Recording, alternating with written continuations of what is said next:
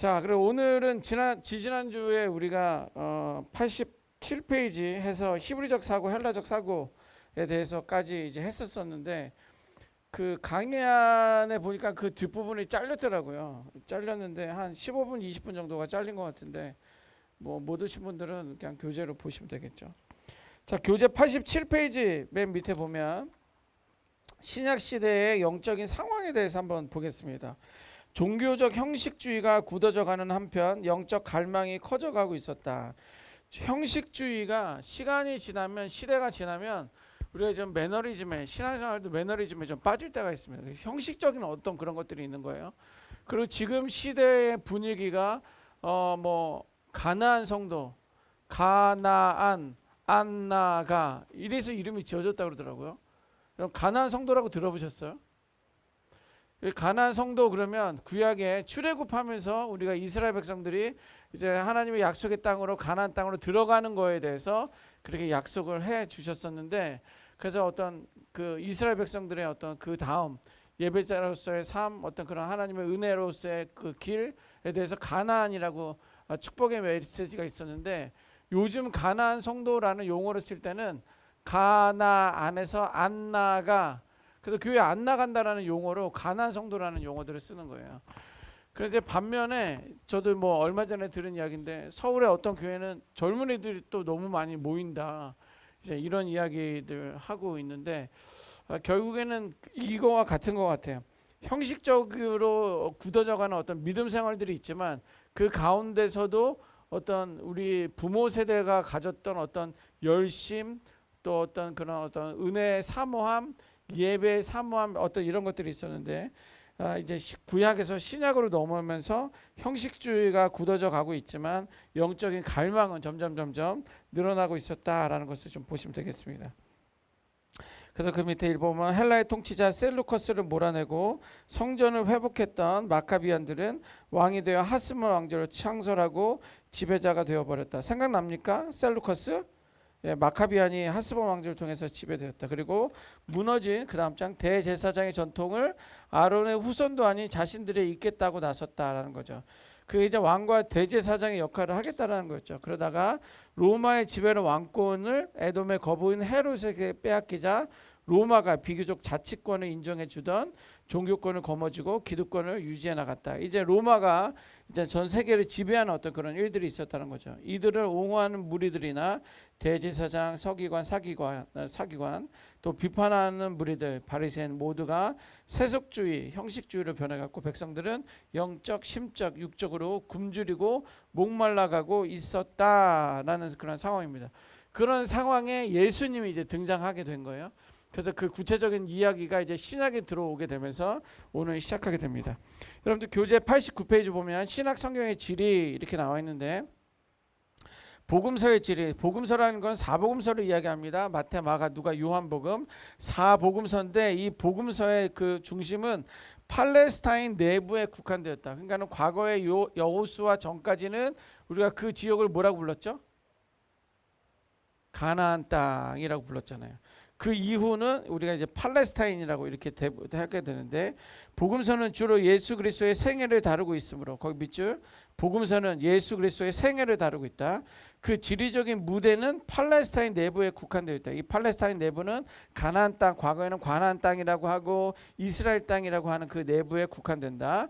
예수님은 태어나자마자 헤롯의 학살을 피해 애굽으로 갔었던 것을 제외하고는, 이게 왜 그러냐면 여러분들 뭐 생각나시겠죠? 그 동방 박사들이 별을 따라서 연구하던 사람들, 그 사람들은 우리가 생각하기로는 그 페르시아만 있죠. 그 뱀대가리 있는데 거기에 있는 그 별을 연구하는 학자들로 우리는 보고 있습니다. 거기서부터 큰 별을 따라서 어디까지 이동한 거예요? 예루살렘까지 그 별을 따라서 온 거예요. 그러면서 그 당시 지배가 로마가 지배하고 있으니까는 헤롯 왕을 통해서 여기 왕이 났다는데 당신 알고 있느냐 그랬더니, 왕이 내가 왕인데 무슨 왕이냐 이렇게 이야기하다가, 그러면 그 왕을 나도 경배하고 싶으니까 당신들은 그가 태어나면 나에게 알려줘라 라고 이야기한 거죠. 결국엔 그 이야기를 듣고 예수님이 탄생하고 거기서 보배를 드리고 경배하고 나서 그 누구예요? 그 동방 박사들은 그냥 그 왕에게로 돌아가지 않고 그냥 돌아가죠. 그러니까 그때를 생각하면서 헤롯은 한 3살 미만 정도 되겠다라고 생각하고 남자애들은 다 죽여라라고 이제 이야기하게 되는 거죠. 그 이야기가 계속적으로 이렇게 연결되는 거예요. 그래서 예수님은 태어나자마자 헤롯의 학살을 피해서 애굽으로 갔었던 것을 제외하고는 해외 여행을 해본 적이 없었다. 그래서 예수님이 12세부터 30세까지 인도에 가서 불교 수업을 받았다는 주장이 나온 적이 있는데 이것은 원래 UFO를 타고 온 우주인이라는 주장만큼이나 허무맹랑하고 맹랑한 허무한 이야기다. 이거는 그냥 지나가면서 보시면 되겠고요.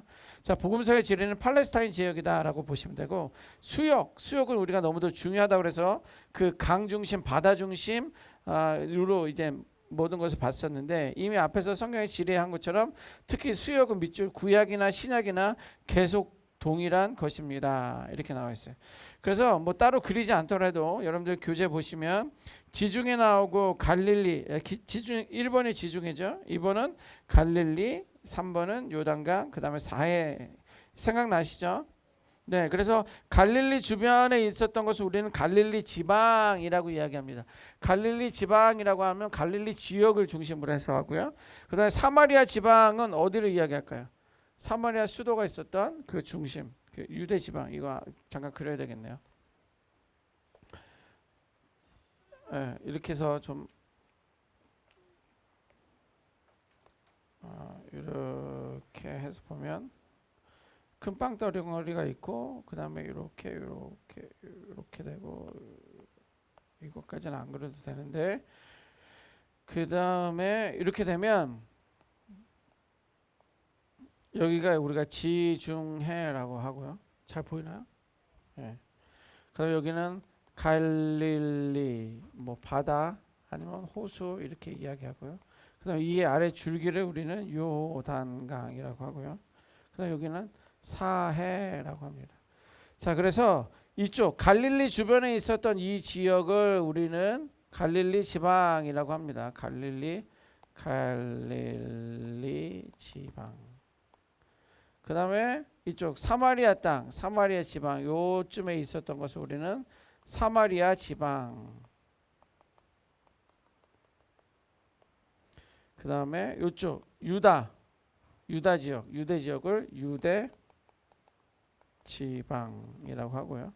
그 다음에 요쪽 요단강의 동편 요쪽을 이제 우리는 요단 동편 지방, 요단 동편 지방이라고 합니다. 뭐 그렇게 어려운 게 아니야. 갈릴리 지역에 있으니까 갈릴리 지역 지방이라고 하고 사마리아 수도가 있었으니까 사마리아 지방이라고 하고 유대 지방이라고 하고 요단강 동쪽에 있으니까 요단강 동편 지방 이렇게 이야기합니다. 이건 뭐 우리가 뭐 다 아시는 거니까 어렵지 않게 보면 되겠습니다. 자, 그래서 지방 지역과 여러분들 교재 90페이지 보시면 우선 크게 4지방으로 나눌 수 있습니다. 좀 전에 한 것처럼 갈릴리 지방 머리에 그려집니까? 사마리아 지방 그려지죠. 유대 지방 그려지고 요단 동편 지방 이렇게 그려집니다. 그럼 구체적으로 거기에 뭐가 있었냐? 갈릴리 지방은 갈릴리 호수 주변의 갈릴리 산지 전체의 지방으로서 산세의 높고 낮음에 따라 높은 어퍼 갈릴리, 로어 갈릴리. 그래서 산세가 너무 산 쪽이 중심으로 되어 있으면 이제 높은 갈릴리 지방이라고 하고 그 밑으로 좀 떨어져 있으면 이제 낮은 갈릴리 이렇게 둘로 그냥 나눌 수 있다. 그냥 참고적으로 보시면 될 것 같아요. 예수님이 오시기 전 거의 800년을 이방 땅에 속하면서 이방인들과 섞여 살았다. 그러므로 자연적인 혜택이 풍부한 만큼이나 이방의 문화가 풍부한 곳이기도 했다라는 것이 바로 이것이 주님의 성장지 나사렛이 고향이죠. 밑줄 주요 선교의 무대 가버나움, 가나 사세 할 때 가버나움 우리가 알죠. 그 주요 선교의 무대 가버나움 사실은 땅끝까지 이르는데 아주 중요한 의미를 준다. 그래서 나사렛이나 가버나움 그 갈릴리 지방 쪽이 사역의 주 무대였다라는 것을 여러분들 좀 아시면 될 것 같아요. 그래서 나사렛과 가버나움 그러는데 우리가 이제 가나 사세 예배해 그랬는데 가나안이 가버나움이 위쪽에 있어요. 그러니까 이제 순서는 상관없이 그냥 가버나움을 먼저 보겠습니다. 가버나움 예수님의 사역 본거지 갈릴리 호수 북쪽의 항구, 그다음에 나사렛 예수님의 성장지 농업 중심 갈릴리 호수 남서쪽에 위치해 있다. 가버나움이 이쪽에 있고 그 밑에 나사렛이 있습니다. 자, 이것이 갈릴리 지방의 특징이었고요. 자, 사마리아 지방에는요 팔레스타인 중부 지방으로서 갈릴리와는 이스라엘 평원을 사이에 두고 경계를 이루며 유대와는 아얄론 골짜기와 여리고를 연결하는 선을 경계로 하고 있다. 이렇게 이야기하고 있는데, 사마리아는 에브라임 산지라는 고지가 대부분으로 족장 시대 및 사사 시대까지는 이스라엘의 중심지였으나 특히 세겜 복음서에서는 수가성이라고 하는데 왕국이 분열되면서 그리고 포로 성전을 건축할 때 유다와 갈등을 겪으면서 자기 나름대로 신앙을 발전시켜 왔고, 이것이 유대인과 영원히 합칠 수 없는 남남이 된 원인이 커졌다. 그러니까 이것은 뭐예요? 그냥 그 남유다 북이스라엘 이렇게 있었는데 그 북이스라엘이 사사시대 족장시대와 사사시대까지는 이스라엘의 중심이었지만 포로 후 성전을 건축할 때 유다 갈등을 겪으면서 이제 나름대로 본인들의 신앙을 겪었었던 사마리아 지방이다, 이렇게 보면 될 것 같습니다. 여기 아얄론 골짜기가 나오는데 성경 한번 찾아볼까요? 거기다 일단 한번 써보세요. 여호수아 10장 12절입니다. 여호수아 10장 12절. 신명기, 여호수아, 사사기, 민수기, 신명기, 여호수아 10장 12절. 10장 12절. 우리 같이 한번 읽어보겠습니다. 시작. 여호와께서 아모리 사람을 이스라엘 자손에게 넘겨주시던 날에 여호수아가 여호와께 아뢰어 이스라엘 목전에서 이르되, 태양아 너는 기브온 위에 머물라, 달아 너도 아얄론 골짜기에서 그리할지어다 하며 태양이 머물고 달이 멈추기를 백성이 그 대적에게 원수를 갚기까지 하였느니라. 아사레책에 태양이 중천에 머물러서 거의 종일통으로 속히 내려가지 아니하였다 기록되지 아니하였느냐라고 하면서 여호수아 때 이제 태양아 머물라라고 하면서 기브온 위에 머물고 아얄론 골짜기에서 머물게 되는 그 아얄론 골짜기, 여호수아의 달이 머물게 되는 어떤 그런 일들이 그 아얄론 골짜기에 나옵니다. 자, 도시 이제 사마리아 성, 수가성가 이제 사마리아 지역에 나오는데, 사마리아 사세, 사마리아 성, 사마리아 세, 세겜성을 다른 말로 수가성이라고 하는데, 오리지널 세겜은 아람어로, 수가성의 아람어로 세겜이라고 합니다.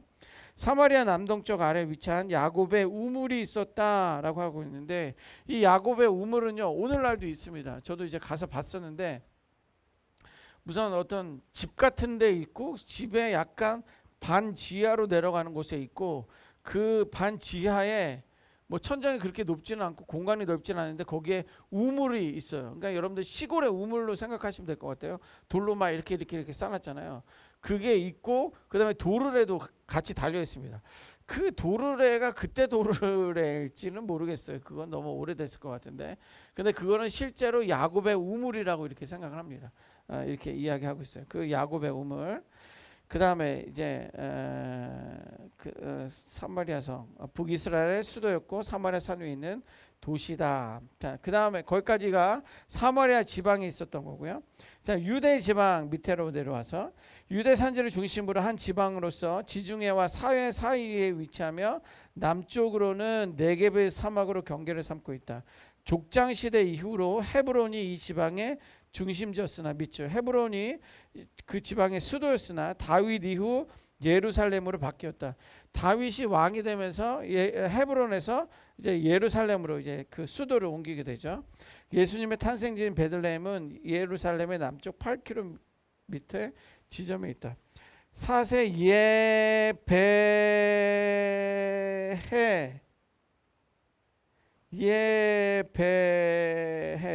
그 예루살렘과 베들레헴의 거리가 8km 정도 된다는 거예요. 예배 생각납니까? 생각 안 나면 어쩔 수 없어요. 예루살렘 실망이 필요 없다고 생각하는데요. 어떠신지. 베들레헴 역시 설명이 필요 없죠. 베단이 예루살렘과는 출퇴근 거리에 있는 마을, 예루살렘 남동쪽에 있다. 그래서 그 밑에 한번 써보세요. 거기는 그냥 뜻이 베단이 뜻은 가난한 자의 집이란 뜻이에요. 베단이의 집. 베단이 가난한 자의 집. 또 혹은 고뇌자의 집. 고뇌자의 집. 그리고 종려나무의 집. 이게 이제 베다니의 뜻입니다.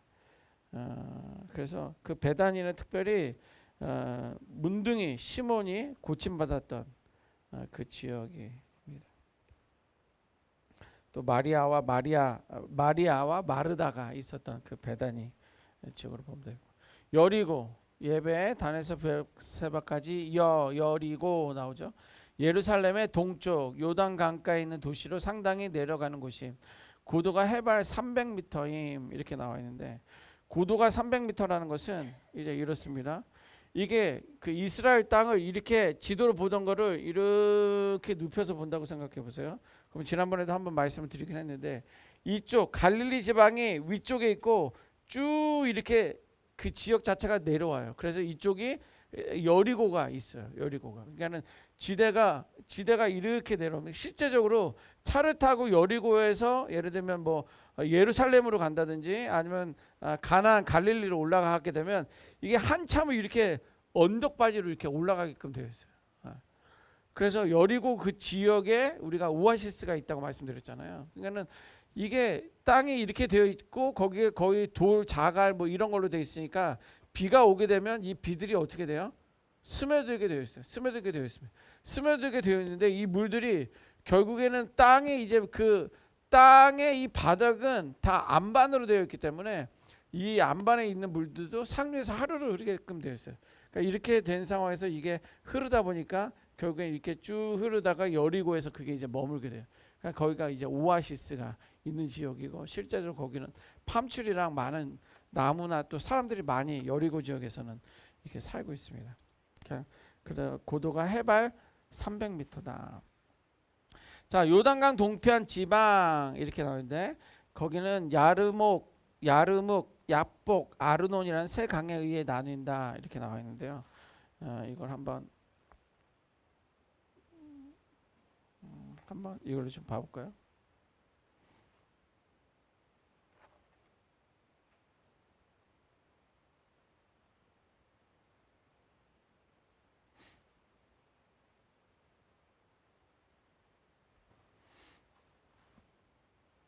자, 한번 보겠습니다. 일단은 이 그림 그린 거에다가 그냥 추가적으로 하시면 될 것 같은데요. 한 요쯤 돼서 여기가 이게 이 강이 이렇게 요단강에서 강줄기가 하나가 나옵니다. 이것을 우리는 야르묵강이라고 합니다. 야르묵강. 그리고 이쪽에서 중간쯤에서 이렇게 또 강이 또 하나가 나오는데 우리는 이것을 얍복강이라고 합니다. 얍복강. 그리고 이쪽 끝에쯤 이렇게 또 강이 하나 흘러요. 이거는 아르논강이라고 합니다.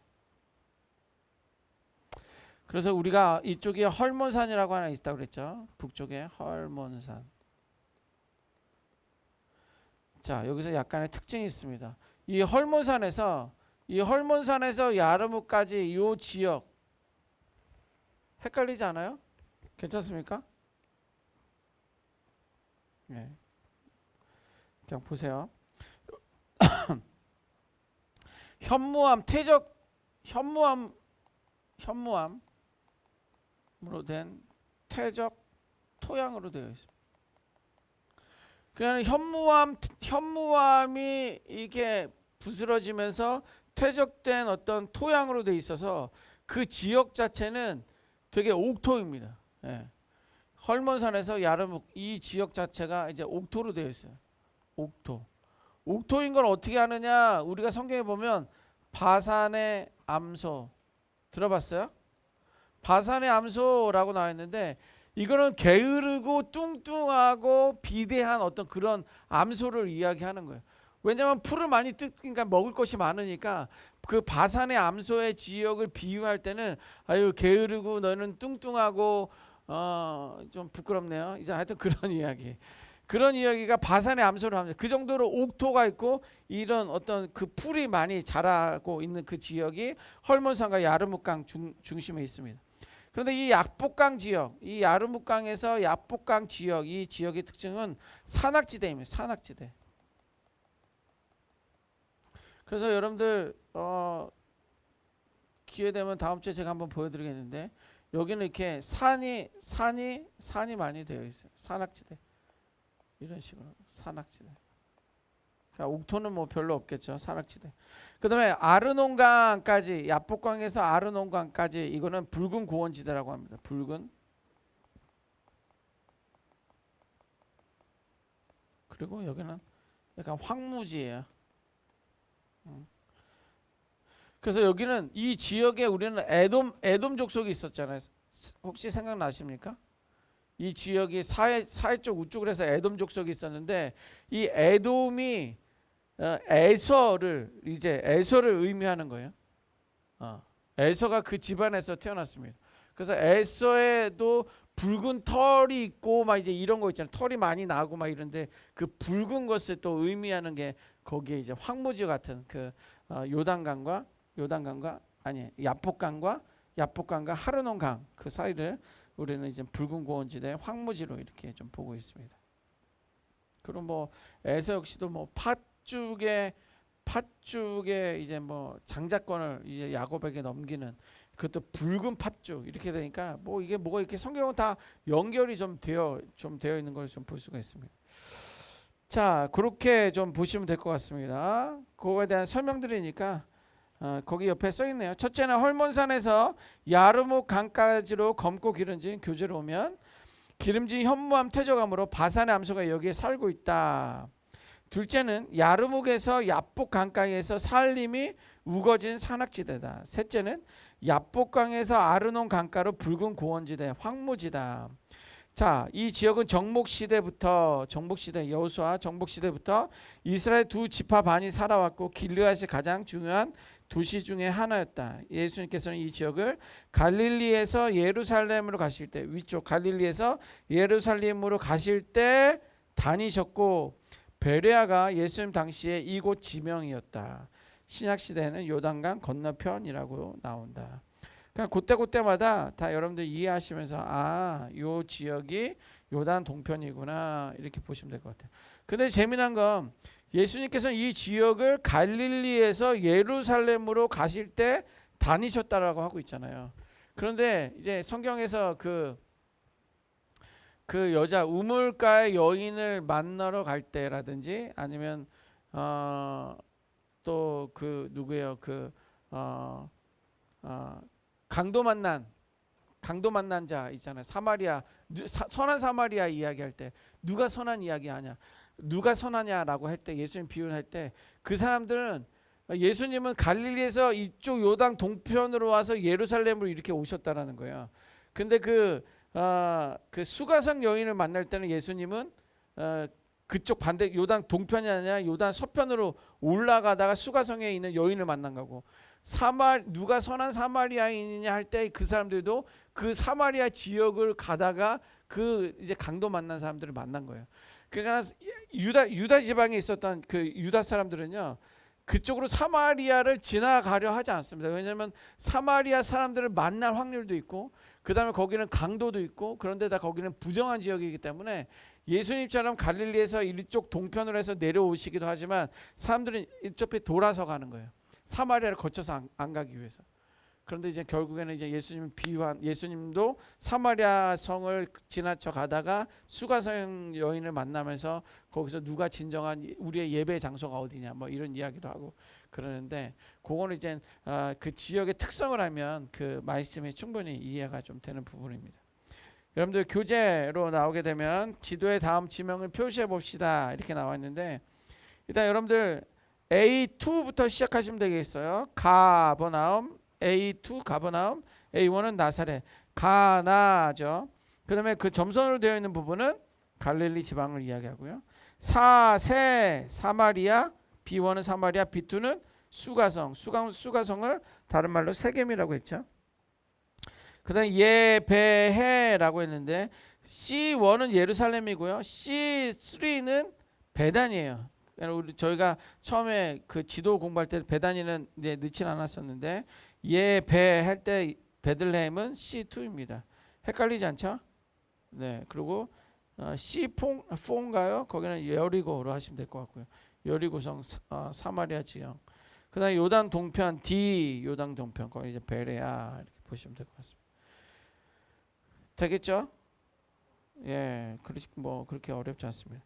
자, 사도행전의 질이 이렇게 나와 있는데요. 사도행전의 질이 지중해 연안에 여러 나라로 확장되었다. 팔레스타인 지역, 수리아 지역, 아시아 지역, 갈라디아 지역, 마게도냐 지역, 이탈리아 지역. 이거 지난주에 우리가 지도를 그렸던 건데요. 한번 우리 연습을 한번 해보도록 하겠습니다.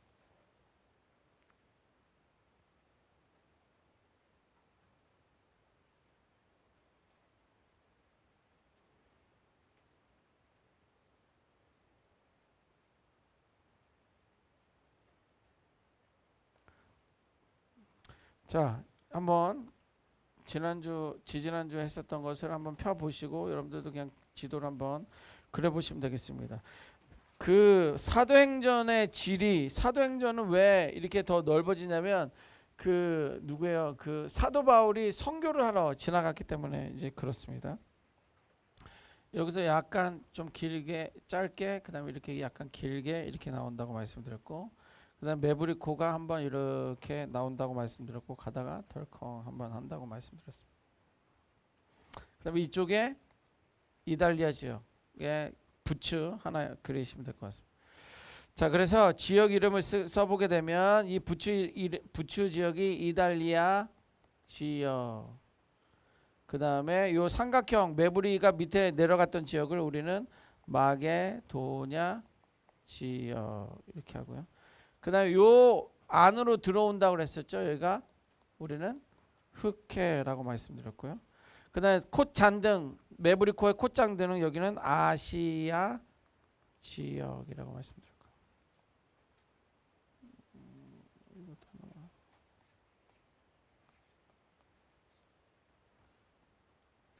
그 다음에 이쪽 위쪽을 갈라디아 지역이라고, 그 이쪽을 수리아, 이쪽은 팔레스타인이라고 말씀드렸습니다.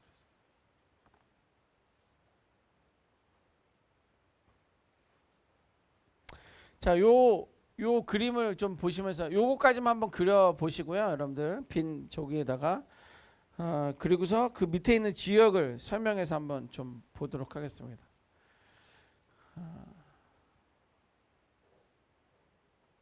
다 그리셨어요?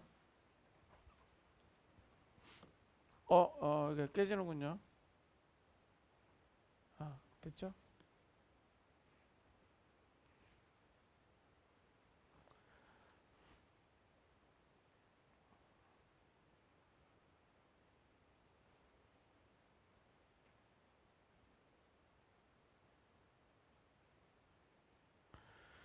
한번 그려보시고 써보시고 이것이 중요합니다. 예전에 여러분들 그리신 거를 보고 그리셔도 되고요. 이걸 보시면서 그리셔도 되고요.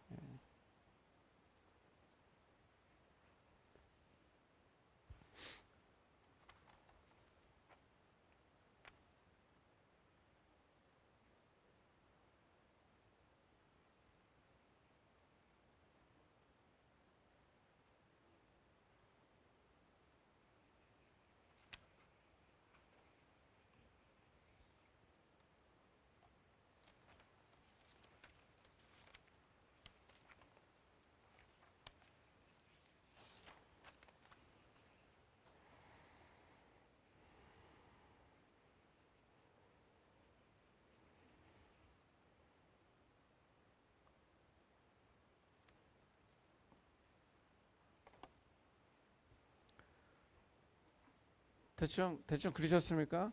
제가 한번 둘러봐야 돼요. 한번 보겠습니다. 네, 네. 이탈리아 지역 거기. 네, 네. 아유, 그냥 조그맣게 그리셨네. 네.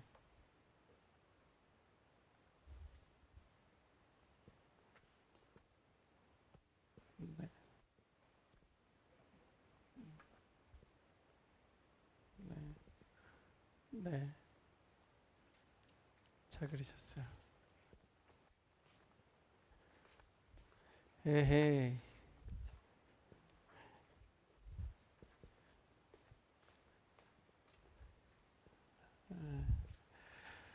오케이. 이거를 그려야지 실제적으로 지도를 볼 때 여러분들 눈에 들어와요. 안 그러면 그게 잘 안 들어오더라고요. 그래서 제가 이렇게 그리는 거예요. 자, 그러면 여러분들 교재 보겠습니다. 팔레스타인 지역, 여러분들 지도 그린 거 보면서 그 옆에다가 해서 보면서 보세요. 팔레스타인 지역, 팔레스타인 지역 어딘지 있죠? 네, 거기 보면 약속의 땅이었으나 대적인 블레셋 땅이 되어버린 곳. 이제 읽으면서 여러분들 이해만 되시면 됩니다. 예루살렘 이미 말했죠. 설명 필요 없고. 가이사랴 지중해 연안의 항구, 로마군의 주둔지 식민지 총독부. 그다음 바울이 로마로 압송되기 전까지 있었던 곳이 가이사랴예요. 가이사랴. 그것이 이제 팔레스타인 지역에 있다. 그냥 그 정도까지만 아시면 될 것 같아요. 자, 그러면 수리아 지역, 수리아 지역이 이제 위쪽에 있죠. 수리아 지역. 수리아 지역은 뭐냐? 구약의 두로와 시돈 아람 나라의 지역이다. 다메섹, 다메섹 여러분들 아시죠? 바울이 예수 믿는 사람들이 핍박하러 가다가 주님을 만난 후 회심하고 소명을 받은 곳, 거기가 이제 다메섹이다. 그다음에 안디옥, 스데반의 순교로 시작된 핍박을 피해 흩어진 크리스찬들이 모여 교회를 세우고 선교사를 파송한 선교시대의 주요 교회다. 여기는 수리아 안디옥이라고 합시다. 수리아 안디옥. 그 앞에다가 B2는 안디옥은 수리아 안디옥이라고 쓰세요. 수리아 안디옥. 예. 그리고 그 옆에다가 사도행전 13장 1절, 그 다음에 사도행전 7장 이렇게 써주시고요. 왜 수리아 안디옥이냐면 비시디아 안디옥이라는 곳이 있기 때문에 그래요. 비시디아 안디옥. 비시디아 안디옥은 거기다 한번 써보세요. 비시디아 안디옥은 사도행전 13장 14절. 이것은 이방 선교의 시작이라고 보겠습니다. 이제 지도 보면서 다시 한번 말씀을 드릴게요. 그 다음에 이제 수리아 지역, 팔레스타인 받고 이제 아시아 지역, 콧잔등이라고 말씀드렸죠. 거기 보면서 터키 남부 지역, 그래가지고 에베소는 바울이 3차 전도 여행에서 두란노 서원을 세우고 2년간이나 제자를 양육했던 곳이고 계시록의 7교회 가운데 첫째 교회가 있었던 곳이다. 그래서 거기에 뭐 전에 내려온 걸로 하면 예수님의 어머니가 거기에 이제 마리아의 묘가 거기에 있다. 에베소에 있다. 이렇게 이야기합니다. 그래서 에베소. 그다음에 갈라디아 지역 이제 그렇게 아래쪽에 있는데 갈라디아. 터키 북부 지역에 바울의 1차 전도 여행지. 그리고 루스드라 바울이 디모데를 만난 곳. 네, 그거 이제 하나만 이렇게 해놨네요. 그다음에 마게도냐 지역. 그리스도의 북부 지역으로 바울의 2차 전도 여행지. 빌립보 바울이 루디아를 만나 교회를 세워 마게도냐 첫성 유럽의 첫 선교지. 이달리아 로마의 본토 제국의 본토. 로마 제국의 수도 바울이 옥살이하고 순교한 곳 거기를 이제 베드로가 순교한 곳 거기가 이제 이달리아 지역이다라고 말하고 있습니다. 자, 그것을 좀 설명을 더 쉽게 하기 위해서는 93페이지 좀 보시면 되겠습니다. 93페이지 그 지역을 보면 자 이게 지역을 그대로 그렸는데 우리 여기다가 지난주에 그림을 그렸나요? 여기다 안 그렸나요? 제가 한번 그리라고 했던 게 여기 아니었어요?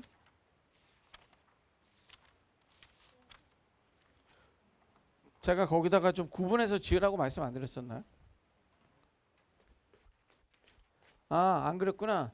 잘 됐다. 그러면 여러분들 잘 보세요. 잘 해보시기 바랍니다. 잘 해보시는데 어떻게 해보시냐면 지금 보이는 그 지도에다가 지도에다가 요거를 다시 한번 덧대서 그려보세요. 무슨 말인지 알죠? 네, 덧대서 그려보세요. 그래야지 내가 그린 지도가 실제적인 지도에서 어떤 모양으로 나오느냐를 좀 알 수가 있어요. 그러니까는 93페이지 지도에다가 우리가 지금 그린 이 지도를 덧대서 한번 지역 표시를 좀 해보시면 되겠습니다. 무슨 말인지 알죠? 네, 한번 해보세요. 이거 내가 한번 보겠습니다. 돌면서. 흑해 이거 한번 했었던 거 아닌가? 아, 지난번에 결석하셔서 못 봤어. 네. 다 다른 분들은 다 했죠? 아, 68페이지였어요? 아, 그러면 그 68페이지도 보면서 실제적으로 지난번은 좀 실수한 부분들이 있었는데 실수하지 않게 그림 한번 그려보세요. 실제적인 지도를 보면서 아, 목사님이 말한 그 특징이 뭐구나. 그렇죠, 그렇죠. 그렇게 잘하셨네. 네, 요게 이달 요게 저기니까 요렇게 내려오고 요게 요렇게 내려오고 그다음에 요게 요렇게 내려온죠. 요렇게. 그걸 한번 그려보시라고. 이게 땅이니까 이게 땅이거든요. 그러니까 이 내려간 지역이 요렇게 내려가는 거예요. 그다음에 요렇게 한번 그려보세요. 여기를 여기다 그려보시라고. 여기다가 여기까지. 그다음에 요거 이게 흑해예요. 흑해니까 뭐 잘하셨는데 요렇게 내려와서 요렇게 보이죠? 보이나요? 잘하셨어요. 잘하셨습니다. 잘하셨습니다. 흑해만 잘 들어가게끔 그리시면 돼요. 흑해만. 여기도 요렇게. 잘하셨어요. 잘하셨어요.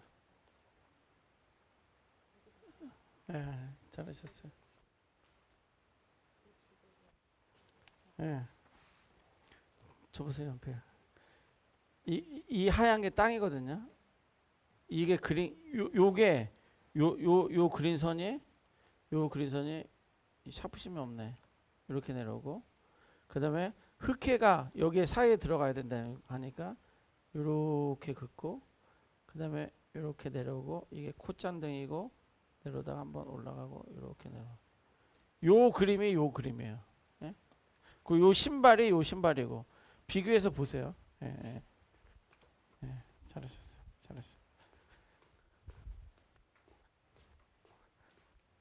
잘 그리셨습니까? 이렇게 그려야 돼. 이렇게. 잘했어요. 하여튼 특징만 그리면 돼요. 여기까지 이렇게 내려왔다가 이렇게 지나가는 겁니다.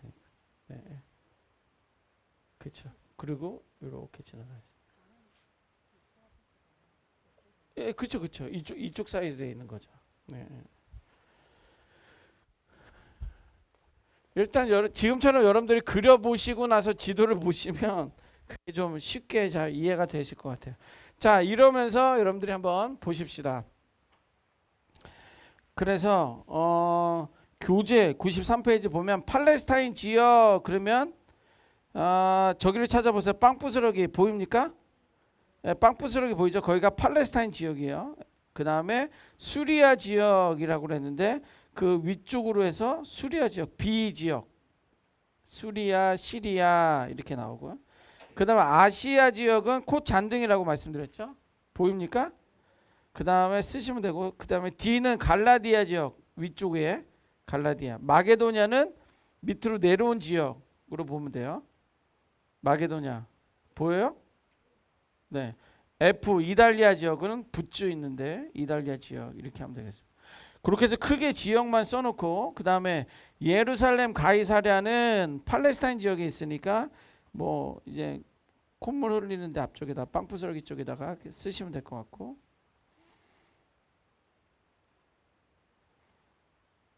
그 다음에 수리아 지역에는 다메섹과 안디옥이라고 그랬는데 이 안디옥은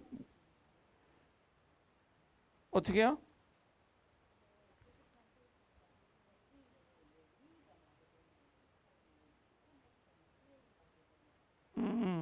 그러니까는 거기가 삼각형에 내려와 있는 그 위쪽이 마게도냐로 보시면 되는 거예요. 그 뭐 이것도 다 그림인데 뭐 실제 지도 펴놓고 보세요. 그 위쪽, 그러니까는 예, 그것만 좀 특징만 보시라고 말씀드리는 거예요. 특징만. 예, 예. 그 다음에 아시아 지역에 에베소 교회가 있었고, 그 다음에 갈라디아 지역에 루스드라가 있었. D1이 루스드라가 있고, 마게도니아 지역, 그러니까 삼각형 그 밑쪽에 거기가 빌립보가 있었고, F 이달리아 거기는 이제 베드로가 순교하고 있어도 붙여 있는데 이렇게 쓰시면 될 거예요.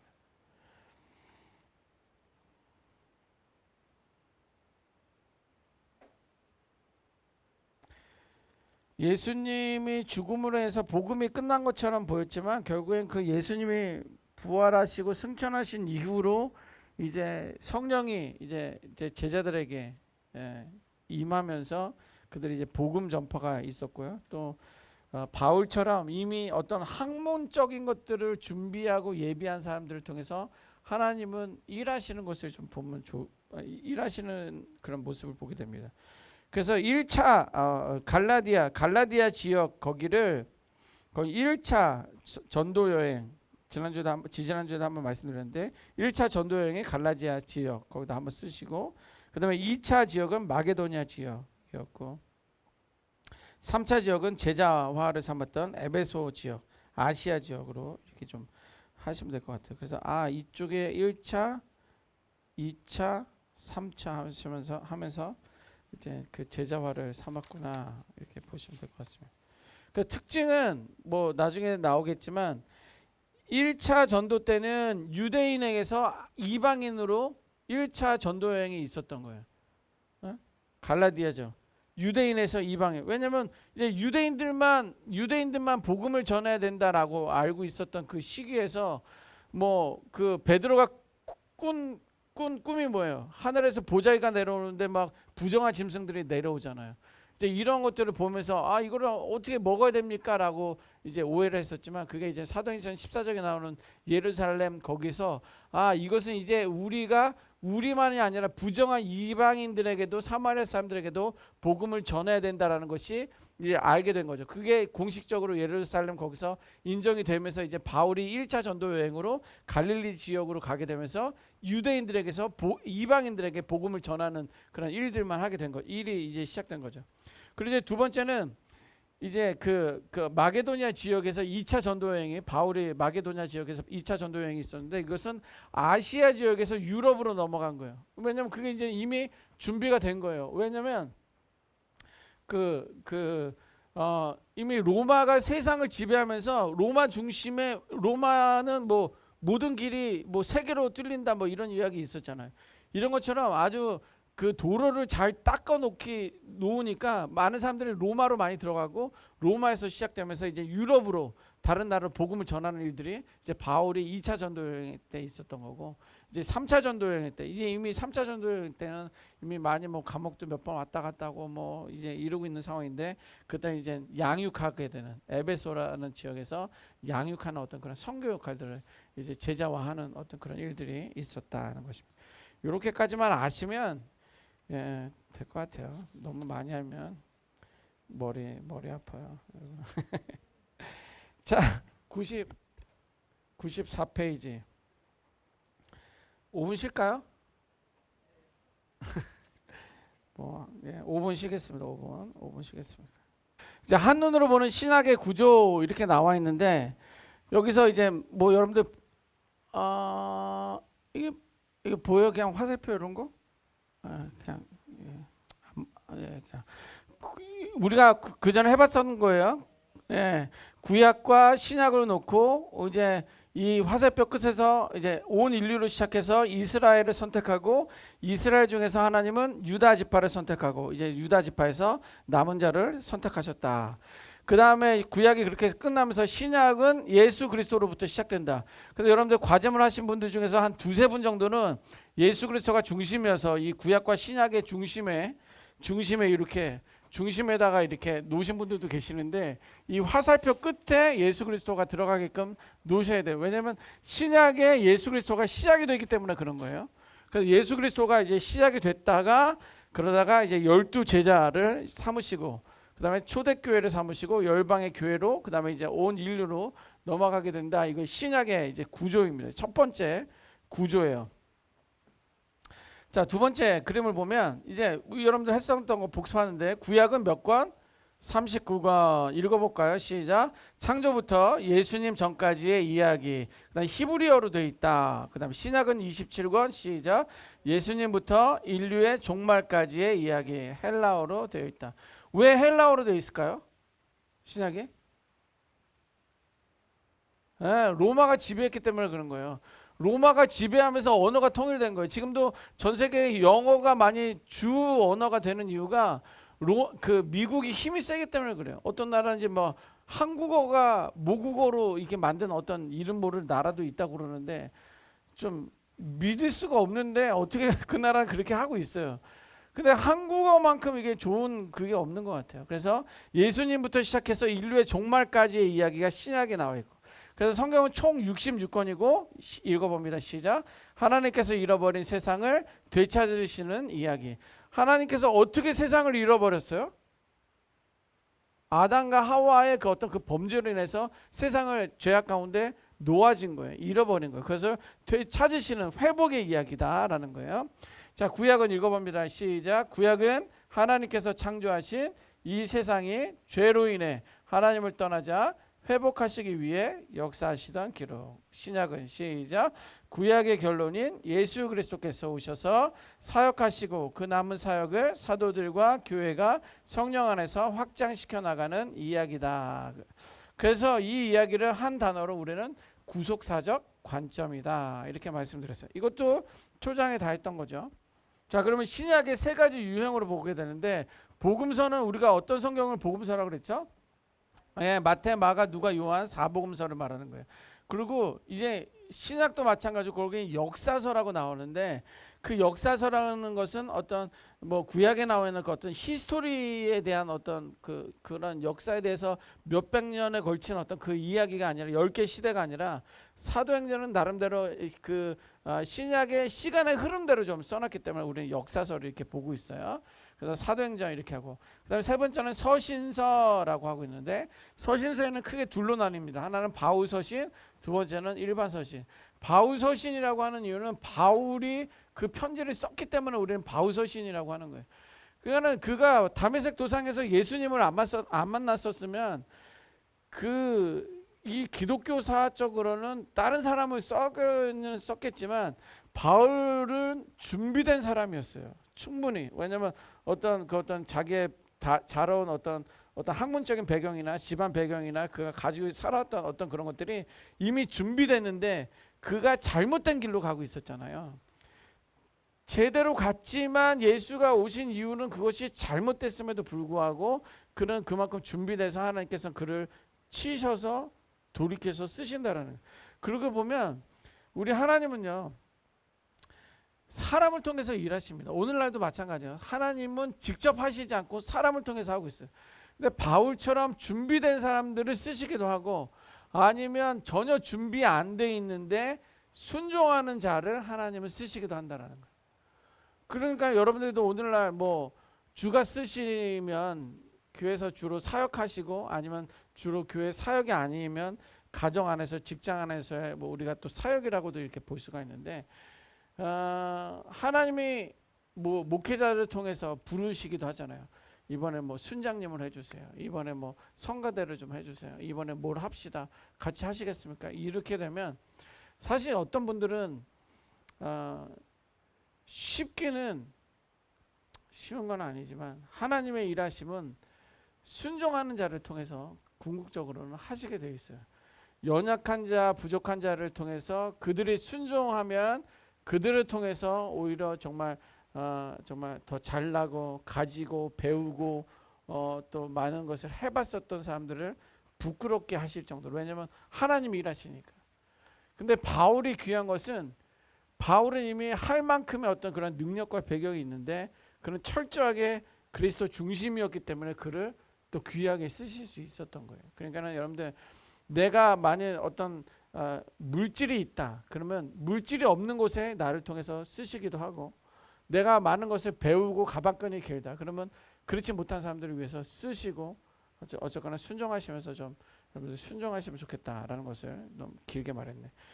자, 서신서를 크게 바울 서신과 일반 서신으로 나누는데 바울 서신은 교회 타겟이 교회에게 로마서에 있는 교회, 고린도 전후서는 고린도에 있는 교회, 갈라디아 교회, 에베소 교회, 빌립보 교회, 골로새 교회, 데살로니가 교회, 교회에게 쓰고요. 또 개인에게 쓴 편지가 있습니다. 그거는 디모데에게 하는 디모데 전후서, 디도, 그다음에 빌레몬서 이렇게 하게 돼 있고요. 그다음에 일반 서신은 히브리, 야고보, 베드로 전후, 요한 1, 2, 3서, 유다서, 요한계시록 이렇게까지가 있다라는 것을 좀 아시면 될 것 같아요. 이게 제자반 시험에 이런 게 나오나요? 안 나와요? 다행이네요. 서신서, 복음서와 역사서, 서신서가 있구나. 바울 서신과 일반 서신이 있구나. 이 정도까지만 아시면 될 것 같아요. 자, 시대적 신약의 구조, 시대적인 구분인데 크게 시대는 성령 시대와 예수 그리스도 시대 두 가지로 이렇게 구분이 됩니다. 성령 시대와 예수 그리스도 시대, 예수 그리스도 시대와 성령 시대. 밑에서 올라가는 걸로 이렇게 봅시다. 예수 그리스도가 먼저 왔으니까 예수 그리스도 시대, 그다음에 성령 시대를 나누는데 성령 시대는 1, 2로 나누는 거예요. 예수 그리스도 시대, 예수가 주로 사역하셨던 그 지역이 아까 전에 우리는 갈릴리 지역과 가버나움이라고 말했는데 그 복음서 마태, 마가, 누가, 마가, 마태, 누가, 요한복음을 이렇게 나왔는데 이 복음서가 이제 예수 그리스도 시대고 성령 시대, 성령 시대라는 것은 예수님이 죽으시고 부활하시고 승천하신 이후에 마가의 다락방에 있을 때 성령 강림이라고 성령이 임하는 것을 120문도 그 성도들이 제자들이 그것을 경험하게 되죠. 성령을 경험하게 되죠. 그들이 거기에 있었던 이유는 예수가 없는 거에 대한 두려움이었어요. 예수가 없는 거에 대한 두려움. 우리와 늘 이렇게 인도하고 했었던 그 어떤 두려움 때문에 거기에 숨어 있었는데 성령의 강림, 성령이 임하면서 그때부터 성령 시대가 되는 거죠. 그래서 중심은 교회 중심으로 됐는데 사도행전 15장까지가 14장인데 14장, 15장 15장을 중심으로 이렇게 성령 시대로 교회 시대로 보고 두 번째는 15장에서 28장까지 해서 성교 시대로 나오게 되는데 그것은 이제 그때 이제 이제 열방으로 이제 나가서 복음을 전하는 어떤 그런 성교 시대로 보게 됩니다. 그리고 서신서를 보게 되면 성령 시대에 교회 시대에 목회 서신이 껴 있고 일반 서신이 껴 있는데 그거는 이제 뭐 거기서 이제 바울이 교회를 건축하면서 아까 이제 교회에 대한 어떤 에게 일반 편지를 쓴다든지 아니면 개인에게 쓴다든지 어떤 그런 내용들이 있기 때문에 성령 시대에 주로 목회 서신과 일반 서신이 있고 요한계시록 있고 서신서가 그렇게 되어 있다. 시대별로 이렇게 그냥 참고만 하시면 될 것 같습니다. 자, 큰 그림을 좀 보기 위해서 봅니다. 신약의 세 가지 주요 시대. 여러분들 교재 보시면서 볼까요? 이게 좀 편할 수도 있는데, 자, 교재 28페이지 이제 보시게 되면 좀 전에 이제 말씀드렸던 내용들이 거기에 다 있는데 그 예수 95페이지 맞아요? 예, 예수 그리스도 시대 이렇게 이제 복음대로 돼 있고 이게 교회 시대, 성령 시대가 교회 시대와 선교 시대로 나누게 되는 가장 기점이 되는 게 예루살렘 종교 이제 회의를 통해서 이제 그때 이제 나누게 되는 거예요. 그때 이제 그때 아까 말씀드린 것처럼 1차 전도 여행에 유대인들에게서 타겟이 이제 이방인들에게도 전해지게 되는 어떤 그 시발점이 되는 게 예루살렘 종교 회의고 그게 사도행전 15장에 이제 나오게 됩니다. 이제 참고하시면 될 것 같아요. 자, 그 다음 장에 96페이지에 대한 그런 부분인데요. 96페이지 보면 예수 그리스도 시대로 돼 있고 성령 1, 2로 돼 있는데 예수 그리스도 시대는 예수님의 탄생과 성장은 인간으로 오신 예수님께서 인간들과 똑같은 삶을 살아가던 시기였다. 거기 밑줄. 인간들과 똑같은 삶을 살아가던 시기였다. 그리고 공생의 3년은 공식적인 그 예수님의 사역을 공생애라고 말합니다. 그 3년인데 병들고 귀신 들고 가난한 자에게 회복을 선포하시던 시간이었다. 밑줄. 회복을 선포하시던 시다. 그리고 십자가 죽으심과 부활은 인간을 고통스럽게 만드는 죄와 죽음의 권세를 깨트린 사건이 십자가 죽으심과 부활이었다라는 거예요. 거기 밑줄. 죄와 죽음의 권세를 깨뜨리는 시간. 자, 두 번째는 성령 시대를 교회 시대랑 선교 시대 두 가지로 나눈다고 했는데, 예수님의 승천 이후에 성령이 강림하시고 교회가 탄생했다. 밑줄. 성령이 강림했다는 건 성령이 임했다는 거예요. 그래서 성령 강림 절이라고도 말하는 거죠. 교회가 탄생했다. 이 교회는 예수님의 남은 사역을 감당하는 것으로서 이 시대는 주로 예루살렘의 교회가 세워지고 성장하며 갈등하던 시기다. 두 번째, 성령 시대를 우리는 선교 시대로 또 본다고 했는데, 예수님께서 교회에게 주신 사역의 명령은 선교의 명령이었다. 밑줄. 선교의 명령. 그 명령은 사도행전 1장 8절에 사마리아 땅까지 이르러서 내 증인이 되라라는 말씀이죠. 그러면 이 시대는 예루살렘과 유대에 머물러 있던 복음이 온 땅으로 퍼져나가던 시기였다. 이때가 사도행전 15장 예루살렘 종교회의를 통해서 시작이 되었고, 그게 바울도 그때부터 나도 이방인이지만 이제 나는 유대인이지만 나는 이제 이방인들에게 복음을 전해야 되겠다라는 게 사도행전 15장에서 결정이 되면서 그가 1차 전도 여행으로 이제 그쪽으로 이제 갈라디아 지방으로 이제 가게 된 거죠. 자, 그 밑에 보면 신약의 중요한 시대를 써봅시다 이렇게 나와 있는데요. 1번은 BC AD라고 해서 예루살렘 시대 이렇게 나오게 되는데, 이것을 BC는요 Before Christ라고 이렇게 이야기합니다. Before Christ. 그래서 예수님 전이라고 말할 수 있습니다. 예수님 전. 이렇게 나오네. 이렇게 좀 보겠습니다. 왜 안 올라가나? 알아?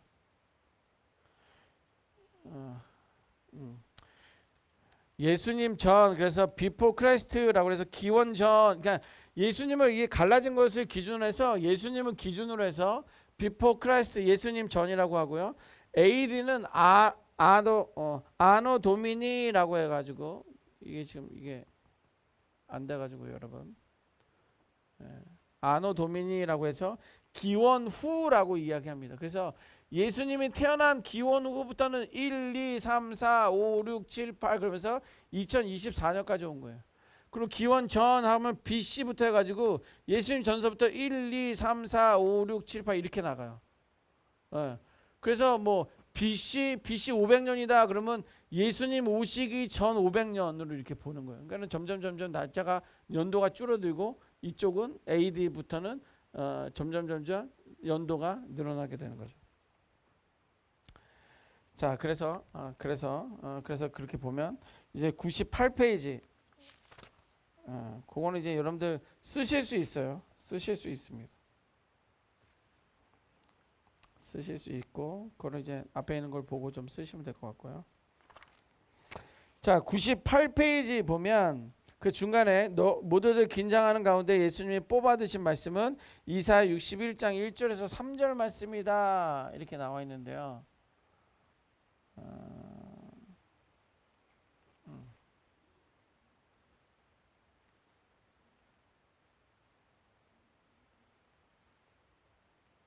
자, 잠깐 이게 이제 다시 됐네요. 이게 오락가락해가지고 죄송합니다. BC Before Christ CHRIST 그 다음에 예수님을 기준으로 해서 그 다음에 AD라는데 아노 도미니, 그래서 이거를 기원 후 기원 전이라고 합니다.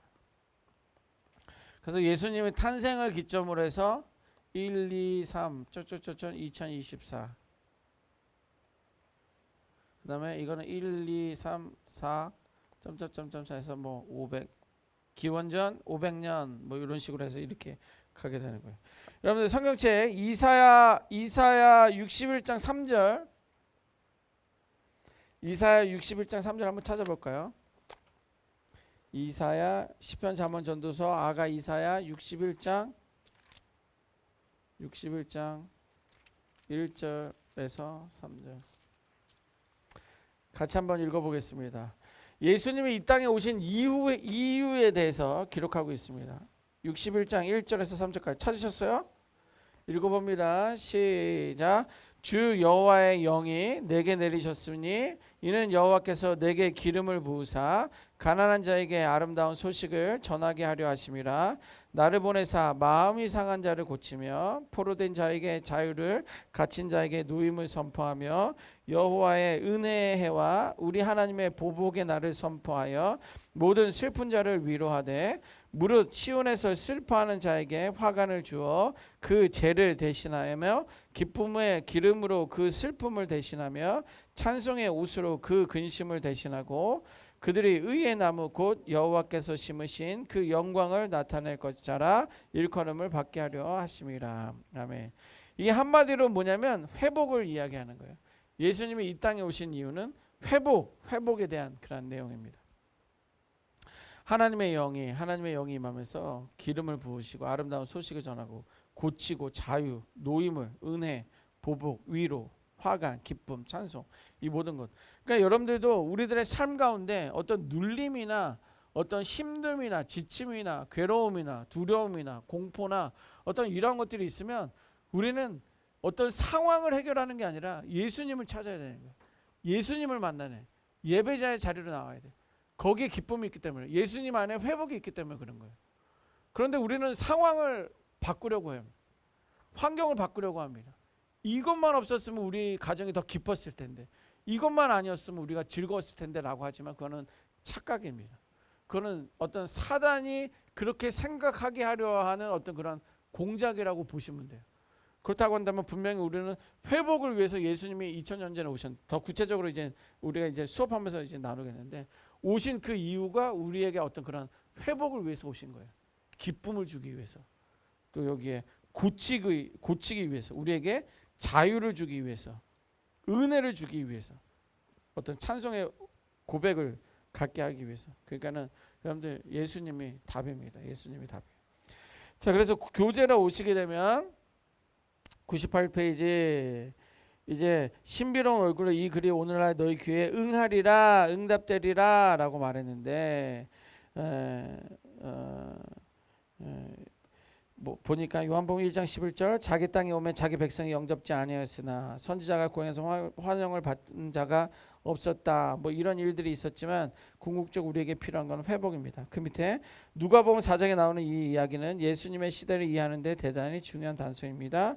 예수님이 이 땅에 왜 오셨는가? 이사야 61장 1, 3절이죠. 회복, 그 한마디로 말할 수 있는 그 구약의 예언의 말입니다. 그러니까 구약에 이미 예수님께서 그것을 우리를 회복해 하시겠다고 약속을 하셨던 것이고, 그때 그것이 예수님이 오시면서 그 회복 사역이 시작된 거고, 온 인류 우리들에게도 오늘날 그 회복을 하나님께서는 궁극적으로 예수님을 통해서 회복시키기 위함입니다. 그거예요. 그래서 예수 그리스도 시대의 전개는 또 다시 한번 우리가 시대를 예수 그리스도와 성령 시대로 나누고, 성령 시대 안에서 첫 번째가 교회 시대, 그 다음에 성교 시대를 이렇게 나눴자 그랬잖아요. 그 예수 시대를 또 크게 작게 이제 세 가지로 나눈 거예요.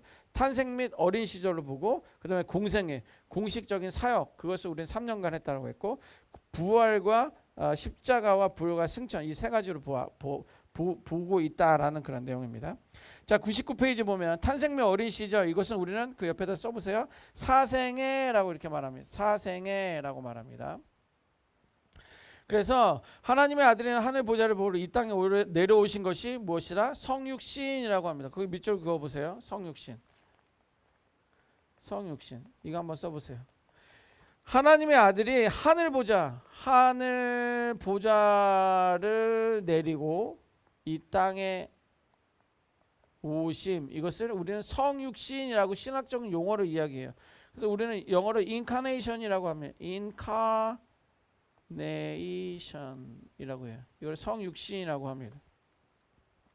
그래서 첫 번째 성육신의 의미는 뭐냐면, 육신, 옷 입고 이 땅에 오심이에요. 누가 육신의 옷을? 예수님이 이 땅에 오신 거예요. 두 번째는 뭐냐면, 우리는 못 가기 때문에 친히 내려오신 거예요. 직접 내려오신 거예요. 그 신약에도 그 비유에도 나오죠. 뭐 종들을 보내서 너희들 잘 하고 있느냐, 우리에게 추수한 것들을 좀 보내라 뭐 이랬더니 왜 이렇게 주인이 그러냐 하면서 막 죽이다가 결국에는 아들을 보내면 이제 주인의 아들이니까 뭐 잘 하겠지라고 했지만 주인의 아들도 결국엔 죽이잖아요. 그거와 똑같은 그 비유에 대한 내용들도 예수님에 대한 내용인데, 예수님은 이 땅에 오셔서 우리들, 이게 그 과거에는 종들을 보냈다는 것은 선지자들을 보냈다는 거죠. 구약의 많은 선지자를 통해서 보내면서 선지자를 통해서 너희가 회개하라 회개하라 회개하라 그랬지만 결국에는 뭐 종으로도 되고 포로도 끌려가고 회복시키고 그랬지만 결국에는 그것이 다 구원을 이루지 못한 거예요. 그래서 아들을 보냈는데 예수님이 오셨는데 결국엔 또 그 비유처럼 그 아들 예수도 죽이게 된 거예요. 그러나 이제 예수님께서는 그의 궁극적인 그 십자가의 죽음에 대한 어떤 그게 모든 것을 다 덮을 수 있는 어떤 그 대상으로 아들 예수 그리스도가 오신 거고 십자가에 죽으신 거예요. 이제 그것이 친히 이제 인카네이션 내려오신 것이고요. 그다음에 인카네이션이라고 했을 때는 이것은 뭐냐면 성육 씨는 하나님의 사랑을 말하는 거예요. 하나님의 사랑. 그리고 여기는 모든 것이 포함되어 있다. 하나님의 사랑. 인카네이션 안에 성육신 안에 하나님의 그 모든 것이 포함되어 있다라는, 모든 것이 포함되어 있다. 그러니까는 예수님이 성육신 하신 거, 인카네이션 하신 거에 대해서 이것이 아무런 쓸모가 없다라고 하면 그냥 한 청년이 그냥 십자가에 죽은, 어떻게 보면 그냥 죄송하지만 개 죽음인 거죠. 그냥 왜 죽어? 그냥 하늘 영광을 다 가지고 있어도 될 거를 우리를 구원하시기 오셨으니까. 그러니까는, 그런데 우리는 그 예수를 믿고 있잖아요. 그 은혜를 우리는 누리고 있는 거고, 사람들은 여전히, 세상 사람들은 살고 있지만 그 은혜를 누리지 못하는 이유는 그들은 살아있으나 죽은 사람들과 마찬가지예요. 죽어 있는 거나 마찬가지예요. 그래서 그 예수님이 이 땅에 오신 것은 하나님의 사랑을 전부로 이야기하는 것이다, 이렇게 보면 되겠습니다. 교재 보면, 그래서 성육신 구체적인 모습이 예수님의 탄생은 내려온다는 말에 걸맞게 이 땅에 가장 낮은 곳에서 일어났다, 밑줄. 그래서 거의 말 구유에 오신 거죠. 뭐 어떻게 좀 쉽게 말하면, 저는 쉽게 말하면 하나님 예수님은 하늘의 영광을 버리고 육신의 몸을 입고 나왔는데, 나는 그것을 이게 저쪽으로 가면 뭐 개미를 보면 저쪽으로 가면 낭떠러지고 저쪽으로 가면 물인데, 물론 빠져 죽지는 않겠죠, 개미는. 그렇지만 친히 내가 개미가 돼서, 야 그쪽으로 가면 불이 있어, 그쪽으로 가면 그냥 낭떠러지야, 가지마라고 말하는 어떤 그런 거. 여러분들 개미로 좀 태어나고 싶습니까? 말도 안 되는 일이죠. 말도 안 되는 일인데, 그러나 아무리 우리가 개미한테 말해도 위험해 하고 막 거기다 다른 장애물을 두고 막 그래도 개미는 뭐 계속 가던 길을 가는 것처럼, 어리석음이 있는 것처럼 우리 인간들이 좀 그렇다는 거예요. 하여튼 이 감격을 여러분들이 좀 감격을 한번 경험해 봤으면 좋겠어요. 우리가 왜 예수를 정말 믿어야 되는지, 예수님이 나의 삶의 정말 어쩐 존재인지, 예수님은 누구셨는데 이 땅에 왜 오셨는지, 그것을 어떻게 보면 인격적으로 경험을 좀 해봤으면 좋겠어요. 이론은 우리는 다 알잖아요. 이런 내용 다 아는데, 정말 나 한 사람 때문에 정말 이럴 수 있을까?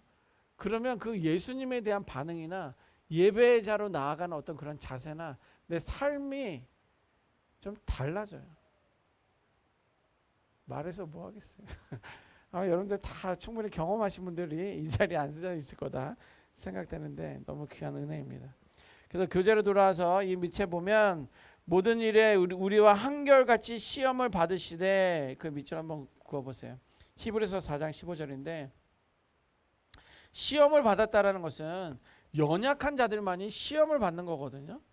그리고 죄인 된 사람들만이 시험을 받는 거예요. 왜냐면 우리들이 여러분들 몸도, 예를 들어 오늘 아침에 이제 치과 다녀오신 분도 계시는데, 치과 위아래 뭐 이빨이 다 건강했으면 아프지 않거든요.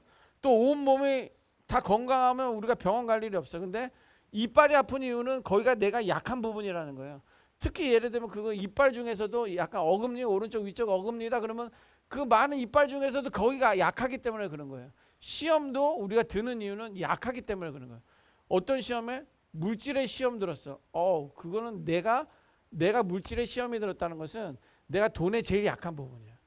관계의 시험을 들었어. 내가 가는 곳곳마다 나를 비유해야 될지 남을 비유해야 될지 모르겠지만 어떤 사람은 가는 곳곳마다 그냥 분란을 일으켜. 그냥 오면은 그냥 싫어. 그래서 안 오면 좋겠어. 그 사람은 관계가 가장 약한 거예요. 그거를 통해서 시험을 들게 하는. 어떤 성품이라든가 어떤 이런 것들은 가장 약한 부분. 그런데 예수님은 지금 히브리서 4장 15절에 나온 것처럼 모든 일에 우리와 한결같이 시험을 받았다 그러면 우리와 똑같이 한결같이 시험을 받았어? 그러면 예수님이 약한 건가? 그렇지는 않다는 거예요. 그건 뭐냐면 예수님이 우리가 시험을 받았다는 것과 예수님이 시험을 받았다는 것과 다른 것은 예수님이 시험을 받았다는 것은 우리를 충분히 이해하시기 위한 어떤 그런 반응이에요. 우리를 충분히 이해하시기 위해. 아니 목사님 그러면 하나님이시면서 신이면서 인간인데 그러면 그것을 시험을 안 받고서 충분히 알 수 있지 않아요? 네, 충분히 알 수 있죠. 그러나 그가 친히 그것을 경험한 것은 그의 우리 인간의 아픔이 그래서 결국적으로 예수님은 그래서 나는 결국은 십자가를 지어야 되겠구나. 이런 어떤 죄로부터 어떤 상처로부터 이들을 돌이키기 위한 회복을 위한 어떤 나의 역할이 이거가 맞구나라는 것을 계속적으로 컨펌하기 위한 어떤 그런 거지 우리가 받는 시험과는 다르다라는 것. 동일한 시험이긴 하지만 자 그리고 예수님 개인에게는 하나님의 아들로서 이 땅에 오신 자신의 삶의 목적을 그 소명을 계속 확인하는 시간들이었다. 그 밑줄. 내가 온 이 목적, 이 땅에 오신 목적은 또 소명을 확인하기. 그것을 우리는 그 옆에다 써보세요. 메시아 자각이라고 합니다. 메시아 자각. 메시아로서의 어떤 그 역할을 감당하기 위함이다라는 것을 말합니다. 그것이 탄생 및 어린 시절이었어요. 우리와 동일한 그런 탄생이 있었고 동일한 어린 시절을 보냈다는 것입니다. 자, 두 번째는 이제 공생의 3년간의 공생의 밑줄 하시면 되겠고요. 이곳저곳을 다니면서 주님께서 하신 일은 크게 세 가지였다라는 것인데 첫 번째는 모든 사람들이 모든 죄로 인해서 오는 엄청난 고통 가운데 살고 있다는 사실이 확인되었다는 거예요. 그거예요. 여러분들이 이거 계속 반복해야 되는 이유는 우리가 당하는 고난이나 두려움이나 어려움이나 죽음이나 어떤 고통이나 이런 것들은 다 죄로 인한 거예요. 목사님 내가 뭘 잘못했기 때문에 내가 어떤 자범죄 내 삶에 있어서 내가 지은 죄 때문에 이러한 고통이 올 수도 있지만 내가 아무리 잘해도 병에 걸린 사람이 있어요. 내가 잘해도 일찍 돌아가시는 분들이 계세요. 그러면 그거는 무엇이냐라고 하면 궁극적인 것은 아담과 하와로부터 내려왔었던 어떤 그런 원죄, 본죄에 대한 죄에 대한 그런 대가입니다. 왜냐하면 죄는 그만한 대가를 치르게끔 되어 있어요. 그래서 죄로 인해서 공생의 죄로 인해서 엄청난 고통 가운데 인간들이 살고 있구나라는 것이 이제 있고요. 두 번째는 직접 그들을 회복시키시기 위한 사역이었다. 밑줄. 직접 그들을 회복. 그래서 선교 치유 사역이 그 안에 있었고요. 세 번째는 제자를 선택하고 양육하시기 위해. 그래서 티칭 가르침인데요. 예수님은 어쨌거나 이제 33세 이제 하늘로 올라가시게 되고 영원히 이 우리와 계시긴 하지만 직접적으로 사람을 통해서 일을 하고 사람을 통해서 선교를 하고 사람을 통해서 회복하시기 때문에 우리는 양육에 대한 어떤 그런 시간들이 예수님의 공생의 3년 동안에 있었다. 그래서 여러분들 제자반은 3년 정도는 하셔야 되는 거예요. 예수님과 함께 하시면서 아유 하시는 분들 계시네. 자, 그러나 시간이 가면 갈수록 많은 사람을 만나면 만날수록 아버지 하나님께서 그러했듯이 근본적인 대책이 없이는 안 된다는 거예요. 3년 동안 공생의 동안에 많은 기적을 일으키고 뭐 오병이의 기적도 있고 죽은 자도 살리고 병든 자를 고치고 이것이 3년 동안 이런 일들이 있었지만 근본적인 대책이 있지 않으면 안 되겠다라고 예수님은 깨닫게 되신 거예요. 왜냐하면 본인은 다시 이제 올라가셔야 되니까. 그래서 거기 밑에 죄와 죽음의 세력을 깨트려야 했다. 그것이 십자가 부활입니다. 죄와 죽음의 세력을 깨트려야 했다. 그것이 십자가 부활. 그 밑줄. 두 번째, 모든 인간을 이 깨트린 구멍 사이로 탈출시켜야 한다라는 건데 이것은 거듭남이라고 합니다. 거듭남, born again이라고 하죠. 거듭남. 탈출하기 위한 것이 거듭남이에요. 세 번째는 그리고 이 어둠의 세력을 심판하러 다시 와야 되겠다라는 것이 재림이라는 것이 다시 오신 다시 예수님이 오신 이유는 우리를 심판하기 위함이에요. 잘한 사람들에 대한 심판은요 상급이지만 잘 못한 자들에 대한 심판은 저주이고 지옥입니다. 네. 이것이 이제 근본적인 대책입니다. 공생에 대한 이야기였고 세 번째 십자가와 부활과 승천 이것도 되게 재미난 중요한 건데요. 예수님의 십자가 죽음은 결코 실패가 아니다. 밑줄 혹자는 십자가의 실패이지만 부활했기 때문에 성공으로 반전시킨 것이라고 말하지만 아니다. 왜? 십자가 자체도 결코 실패가 아니고 인간의 그 자녀를 회복하시기 위한 유일한 길을 선택하신 것이다. 밑줄 회복을 위한 유일한 길이 십자가의 죽음이다라는 거예요. 그 십자가는 결국은 뭐예요? 누군가 죄를 끊을 수 있는 방법은 십자가를 지는 거예요. 우리도 흔히 표현할 때 그러면 그 십자가는 제가 지겠습니다. 뭐요? 내가 책임을 지겠다는 거예요. 한 사람이 희생하겠다는 거예요. 내가 그 모든 일들에 대해서 내가 죽겠다는 거예요. 그래야지 많은 사람들이 회복을 할 수 있는 거예요. 일반적인 것도 그런데 오늘날 인간적인 것으로 인간 사람들로 죄 사함에 대한 것으로 봤을 때는 이 모든 것에 대한 그 모든 죄를 대신 짊어지신 분이 예수님이신 거고 그가 십자가에 죽으셨기 때문에 우리는 그것을 믿을 때 우리에게는 그 안에 자유함을 누릴 수 있는 거예요. 그러니까는 무슨 어떤 선행으로 말미암아 열심으로 말미암아 내가 어떤 회복해 되거나 어떤 하늘에 대한 상급을 받으려 한다든가 아니면 또 뭐요? 그 어떤 내 죄에 대한 어떤 대가 지불이라고 해서는 절대 그럴 수는 없다라는 거예요. 우리들의 선행을 통해 당연히 구원받은 자가 선행의 삶을 사는 것은 마땅하지만 내가 죄를 지은 것들에 대해서 혹은 내 부모, 내 자녀들에 대한 어떤 잘못된 것들로 인해 어떤 그것을 좀 보상 심리로 내가 교회 더 봉사하고 헌신한다? 그거는 그럴 수는 없어요. 그럴 수는 없습니다. 그래서 십자가를 지신 그 이유는요. 사단의 세력이 가지고 있는 그 허점이라는 거예요. 왜냐하면 이 이야기는 뭐냐면 사단은 너가 지었으니까 너가 그만한 대가를 받아야지. 너는 잘못을 했으니까는 어떤 그런 어려움을 당해야지 라는 어떤 것들을 주지만 우리는 그것을 다 일일이 우리는 질 수가 없어요. 과거에는 구약 시대에는요. 지난달까지 우리가 묵상했었던 그 레위기는요. 내가 지은 죄에 대한 내가 어떤 제물로 죄사함을 내가 받아야 되는 거예요. 그래야지 내가 죄사함을 받을 수 있어요. 그러나 사단은 지금적으로 계속 그러고 있어요. 구약에도 그랬잖아. 너는 너의 대가를 받아야 돼. 너는 벌을 받아야 돼. 너는 어떤 심판을 받아야 돼. 너는 어려움 가운데 있을 수밖에 없어 라고 계속 이야기하고 있지만 그러나 그것 때문에 2000년 전에 예수님이 십자가에 지신 것이고 그 2000년 전에 십자가에 지신 것을 우리는 믿을 때 우리는 더 이상의 어떤 구약시대의 제물로 어떤 죄사함을 받지 않아도 되는 것뿐만 아니라 우리는 그 예수님의 이름으로 기도할 때 우리는 죄사함을 받을 수 있다는 이것을 믿고 그렇게 생활할 때 우리는 그것을 믿음 생활을 할 수 있는 거예요.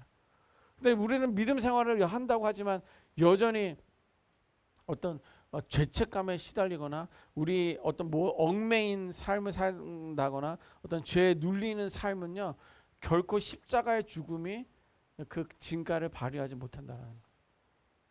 무슨 말인지 아시겠어요? 이것이 십자가를 지신 그 이유입니다.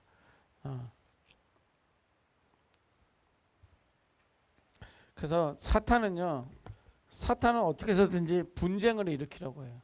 문제를 일으켜서 싸우게끔 만든다는 거예요. 그런데 예수님의 십자가 지심은 투쟁이 아니라 갈등의 해결책은 십자가를 붙드는 거예요. 십자가로 나오는 거예요. 예수의 이름으로 나오는 거예요. 그리고 고통의 대가 없이 어떤 생명을 얻을 수는 없습니다. 눈물로 씨를 뿌리는 자가 기쁨으로 그 단을 거두리라. 그 농부들도 봄에 씨를 다 벼를 뭐 기계로 심는다 할지라도 뭐 다 심어야지만이 어떤 그 마음 졸임이 있고 자기의 어떤 수고와 헌신이 있어야지 가을의 풍년을 우리가 누릴 수 있는 거. 물론 거기에 뭐 해도 있어야 되고 또 하나님의 은혜도 있어야 되지만 그 어떤 고통스러운 그 시간들이 있어야지 풍성한 열매를 얻을 수 있는 것처럼 우리도 어떤 그런 십자가의 그 희생, 그 십자가는 그런 어떤 그 희생을 다 예수님이 감수하신 거예요. 그래서 우리는 그 십자가를 그 은혜인 거죠. 아니면 우리는 날마다 십자가에 지어야 되는데. 근데 지금도 필리핀에는요, 거기는 캐톨릭 국가잖아요. 거기는 이제 사순절이거나 부활주일, 고난주간 그렇게 되면 이게 십자가를 지는 사람이 있어요. 그냥 이것만 막대기 십자가 저기는 십자가를 지고 이렇게 가는 게 아니라 못을 실제적으로 박혀요. 그러면서 내가 이 고통을 당하는 거야.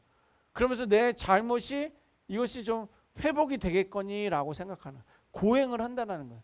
뭐 불교에서도 뭐 이 1,000배 뭐 이런 것들 뭐 자기가 고행하면서 어떤 이러면서 자기가 보상을 위로를 받거나 보상을 받아야 된다고 생각하는데 어떻게 보면 우리는 예수님만 믿고 십자가만 믿으면 좀 쉬운 어떤 삶이 될 수도 있어요.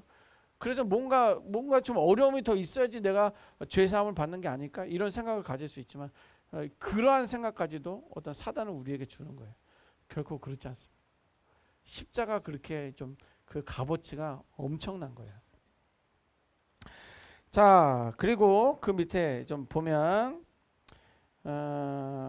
즉 이렇게 인간을 고통스럽게 쥐고 있는 죄와 사망의 권세, 그 저주를 풀어버리는 길은 누군가 대신 그 저주를 받는 그것밖에 없다.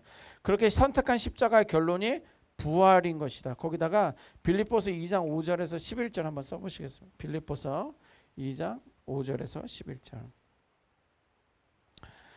그러므로 십자가 부활은 하나에 연결된 사건이다. 십자가 부활과 별개가 아니다라는 거예요. 그 밑에 또 승천에 대한 것은 뭐냐면 그 시간 장소를 떠나서 2000년 전 유대 땅을 떠나서 모든 시대와 온 땅에 사는 모두에게 이 십자가 부활을 통한 구원의 길을 열어주시기 위한 그 사건이었다. 그래서 헬라적 사고, 지지난주에 나올 땐 헬레니즘 사고는 그 부활에 대한 기쁨이나 어떤 승천에 대한 것을 경험하기 위해서는 그 이스라엘 땅에 팔레스타인 땅에 가서 있어야지만 그것을 누릴 수 있는데 히브리적 사고는 어떤 그런 게 아니에요. 지금 이 시간에 나에게 개인적으로 주어진 거기 때문에 구원의 길을 이제 우리는 연장선에 있다라는 거예요. 주님께서 거기서 떠나 승천하실 게 지금 나와 여기에 함께 여기에 계신다라는 것입니다. 그리고 한 가지만 더 참고적으로 하면 십자가를 지시기 전에 예수님은요 2가지 재판을 받으셨어요. 하나는 종교적인 재판이고요, 하나는 정치적인 재판입니다. 그럼 한번 좀 써볼까요? 십자가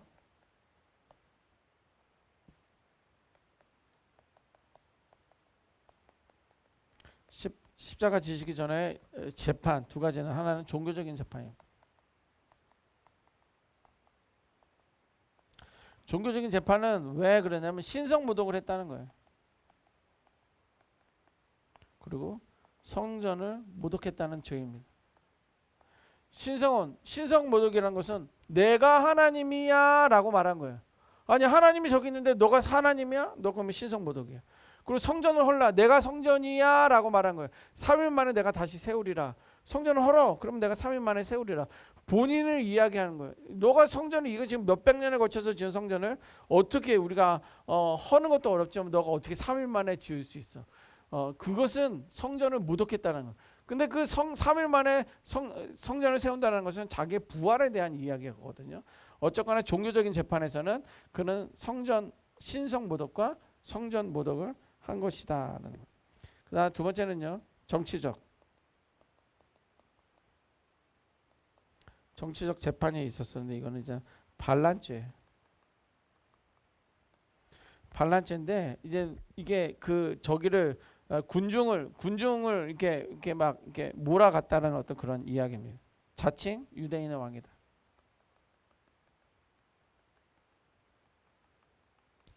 나는 유대인의 왕이야라고 이야기하면서 이제 뭐 제자들도 그랬죠. 예수님 이제 왕위에 오르시면 나는 우편에 나는 좌편에 막 이제 이런 이야기 십자가에 대한 어떤 그 이야기인데 뭐 본인들은 어떤 그때까지만 해도 제자들도 자기들의 삶이나 예수님의 이 땅에 오신 그 이유들을 그들은 그때까지도 모르고 있었던 거죠. 그래서 이제 이렇게 두 가지 종교적 재판, 정치적 재판을 받으면서 이제 예수님은 십자가를 지시게 되었다는 것입니다. 자, 뭐 좋네요. 또 하나 더 보겠습니다. 101편. 101편이라네. 101페이지. 101페이지. 이제 탄생 및 어린 시절을 봤고요. 이제 탄생과 어린 시절에서 사생애와 사생애를 개인적인 삶을 돌아보게 되는데 거긴 동정녀 탄생, 족보, 탄생 시에 일어난 일들 첫 번째 6월절에 대해서 보도록 하겠습니다. 자,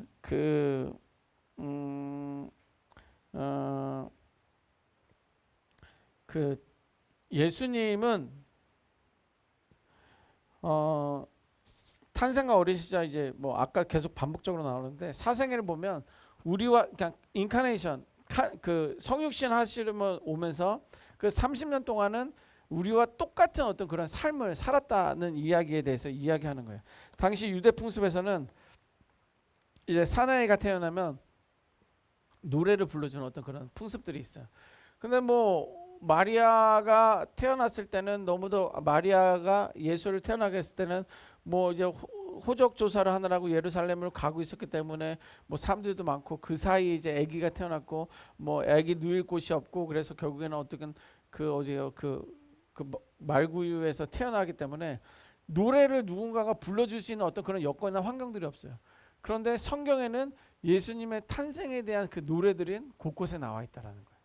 인간적으로는 그들이 하지 않았지만 이제 어떻게 그를 예배하기 위해서 동방 박사들이나 아니면 목동들이 와서 그를 직접 연관도 없는 사람들이 와서 그를 찬양하고 그의 탄생을 축복했다라는 거예요. 그럼 한번 써보겠습니다. 그 옆에다 누가복음 2장 28절에서 35절입니다. 누가복음 2장 28절에서 35절. 우리 한번 어떤 노래인지 한번 볼까요? 마태, 마가, 누가, 요한, 마태, 마가, 누가복음 2장 28절에서 35절.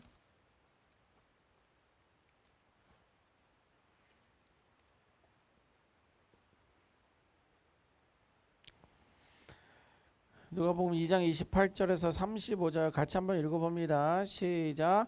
시몬이 아기를 안고 하나님을 찬송하여 이르되 주제여 이제는 말씀하신 대로 종을 평안히 놓아주시는도다.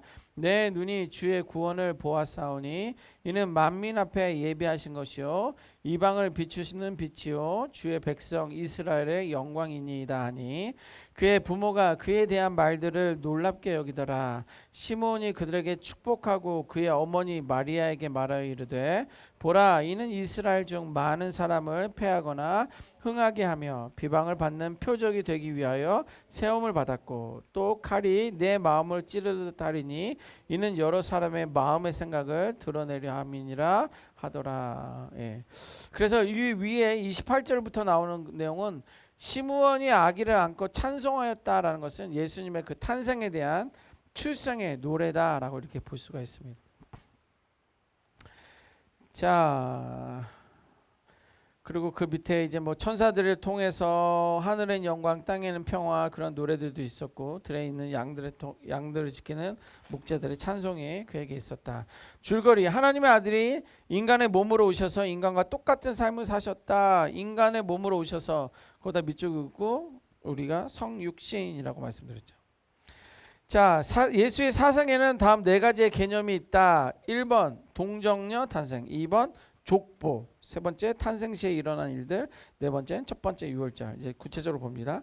동정녀 탄생은 뭐냐면 동정녀 탄생이라는 예수님은 인간의 원죄를 가지고 태어난 분이 아니다라는 거예요. 동정녀라는 것은 남자를 알지 못하는 여자를 동정녀라고 하는 거예요. 그런데 임신 자체가 우리는 남자와 여자의 어떤 그런 관계를 통해서 임신을 하게 되는데 예수님은 동정녀 탄생이에요. 그러면 우리나라 신화를 보면 박혁거세는 어떤 알을 통해서 이제 나오잖아요. 그런데 예수님이 하늘의 영이신 하나님이신 그가 인카네이션, 그 성육신 하시기 위해서 이 땅에 오시려고 하면 엄마 여자의 그 자궁을 통해서 나오지 않으면 안 되는 거예요. 그러니까 여자의 몸을 빌려서 나와야 되는 거예요. 그런데 요셉과의 어떤 관계를 통해서 임신이 되면 이미 임신되면서부터 죄가 있는 거예요. 그것을 막기 위해서 성령을 통해서 임신하게 된 거고, 그래서 여자의 몸을 통해서 이제 마리아의 몸을 통해서 나온 거예요. 그래서 동정녀 탄생이라고 이렇게 이야기하는 것입니다. 그래서 예수님은 인간의 원죄를 가지고 태어난 것이 아니다라는 거예요. 맨 밑에 보면 원죄의 사슬 속에 있는 사람은 결코 죄 가운데서 인간을 구할 수 없다라는 거예요. 왜냐하면 죄 가운데 부모로부터, 원죄는 부모로부터 이어져 나오는 죄이기 때문에 그렇습니다. 그래서 동정녀 탄생이 필요했었던 것입니다. 자, 그 다음 페이지 보면 그러면 예수님은 다윗의 자손이 아니지 않는가라고 나오면, 왜냐면 요셉을 통해서 이렇게 나와야 되는데 다윗의 자손이 아니지 않은가라고 생각하는데 그렇지 않습니다. 예수님이 잉태할 당시 마리아는 정혼 상태였는데 이것은 약혼과는 달리 이미 결혼한 것이지만 아직 동침하기 전의 상태이다. 그래서 천사가 요셉에게 내 아내 데려오기를 주저하지 말라라고 말했었던 것이다. 그래서 요거 하나만 그 관련돼서 정리 하나만 해보겠습니다.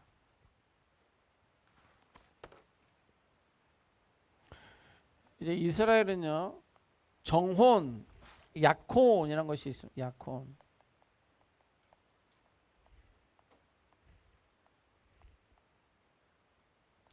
약혼, 인게이지먼트라고 하게 되는데 이 약혼은 우리가 말하는 것처럼 그냥 우리가 결혼하자라고 그냥 약속하는 어떤 그런 거예요. 그 다음에 여기 그 다음에는 정혼이라는 것이 있습니다. 정혼.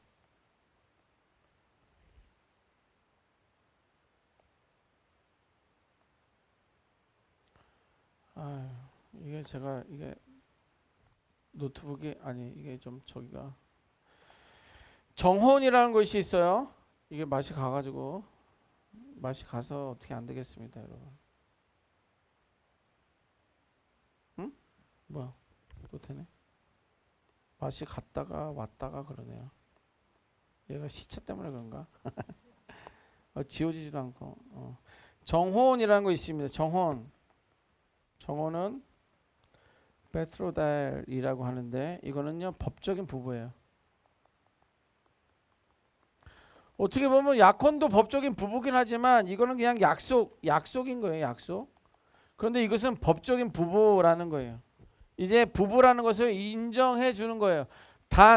단서가 하나 있습니다. 단 뭐냐면 동침은 안 되는 거예요. 정혼. 그래서 약혼할 때 예를 들면 약혼했을 때 이때는 파혼이라고 합니다. 헤어지는 것을 파혼이라고 하는데 이 정혼 상태에서는 우리는 헤어지게 되면 이것을 이혼이라고 그래요. 그러니까는 동침만 안 했을 뿐이지 완전 법이 결혼한 그런 상태다라는 거예요. 그래서 그러면 약혼을 왜 하냐, 정혼을 왜 하냐라는데 이 약혼은요. 그래서 뭐 예를 들면 제가 이제 태어났는데 태어났어요. 그랬더니 옆집 아저씨가 오더니 너 아들 이거 아주 씩씩하게 태어났네. 우리 딸과 결혼하자라고 약혼하는 거예요. 그래서 막 저는 약혼이 많아요. 이 사람도 약혼, 저 사람도 약혼을 몇 개씩 거는 거예요. 그거는 그냥 걸고만 있는 거. 부모들끼리 그러잖아요. 그러면 부모들끼리 걸었으면 우리는 결혼한 세대들이 있을 거예요.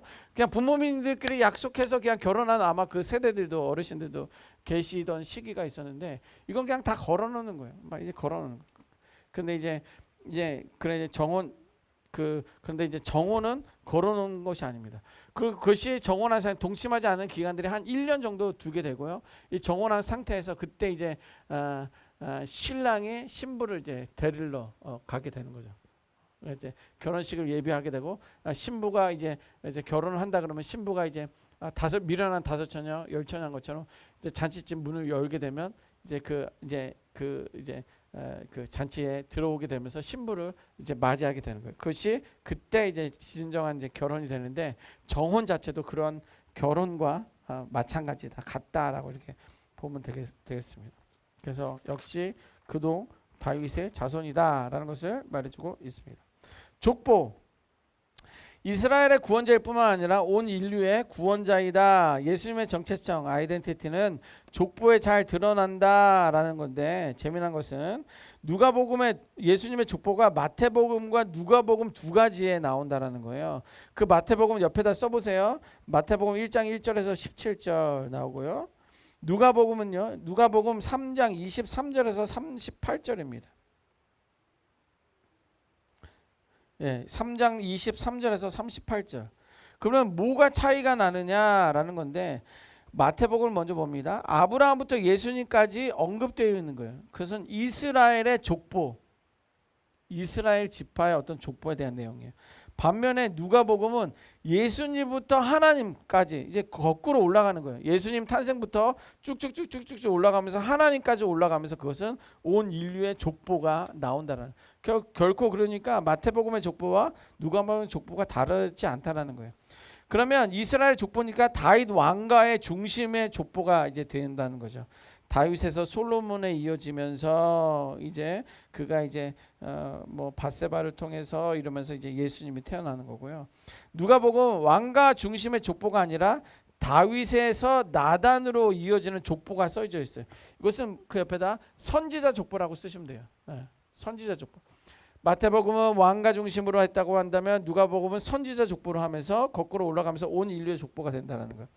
그리고 마태복음은 다윗의 자손으로 오신 이스라엘의 메시아, 이게 의미, 마태복음 족보의 의미라고 볼 수가 있습니다. 의미는 다윗의 자손으로 오셔서 이스라엘의 메시아가 되었다. 그리고 누가복음은 온 인류의 구속자로 오신 두 번째 아담으로서의 예수님이다라는. 그러니까 이제 그 전체적으로 타겟이나 배경의 어떤 범위 자체가 좀 다르다라는 것을 말해주고 있습니다. 자, 그래서 그 박스 밑에 보면 예수님은 좁게 보면 약속의 자손이 이스라엘의 회복을 위해서 오셨지만, 그렇죠, 다윗 가문에서 나오면서 이스라엘 회복을 오셨지만 궁극적으로는 그 존재 이유가 온 인류를 위한 것이라, 밑줄을 하기 위한 것이라고 할 때 예수님은 궁극적으로는 온 인류를 회복시키기 위해 오신 것이다. 밑줄 좀 그으시면 되겠습니다. 이것이 이제 족보에 대한 내용입니다. 세 번째, 탄생 시에 일어난 일들. 이 의미는 온 인류의 왕이었으나 현실은 가장 낮은 자였다. 뭐 더 이상 말하지 않아도 되죠.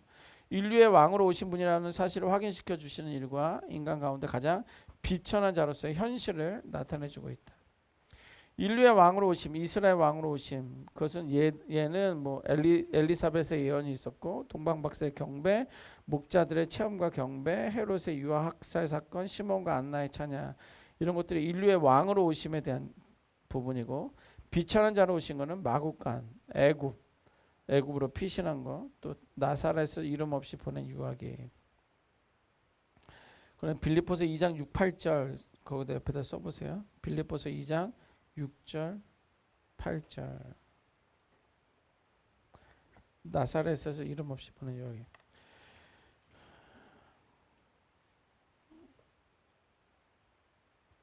자기를 비어 사람의 몸으로 하늘에서 이 땅으로 오신 것이다. 자, 이것이 탄생 시에 일어난 일들이고요. 이것은 뭐 우리가 너무도 잘 아는 말씀드렸고요. 네 번째, 첫 번째 유월절 어린 양으로서의 자신을 자각하시다라는 건데요.